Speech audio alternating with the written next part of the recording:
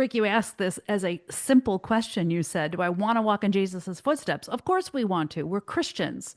But there's a lot of situations where self-protection and boundaries are absolutely necessary for our physical or mental health.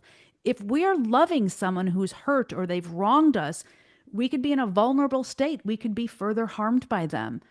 Sometimes people commit actions that are simply unjust or so harmful that it feels wrong to show love or compassion when this person's not even sorry for their actions. And this can be the case when the enemy's actions have serious harm, like abuse, betrayal, violence. And let's take it to an extreme case. We all agree that child abuse is heinous.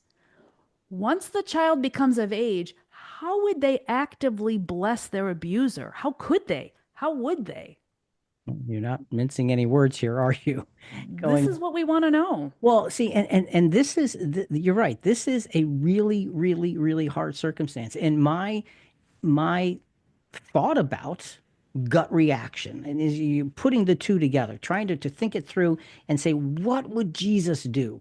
And I truly believe that in a circumstance like this, to bless such a person is not to overlook what's been done. It's not to pretend nothing happened. That's not blessing anybody.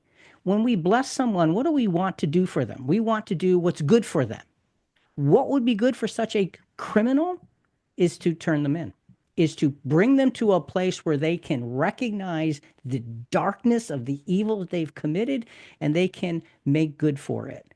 To me, that's the way you bless somebody in that circumstance. You bring them to where they can be put back together, where they can understand the indescribable pain and suffering.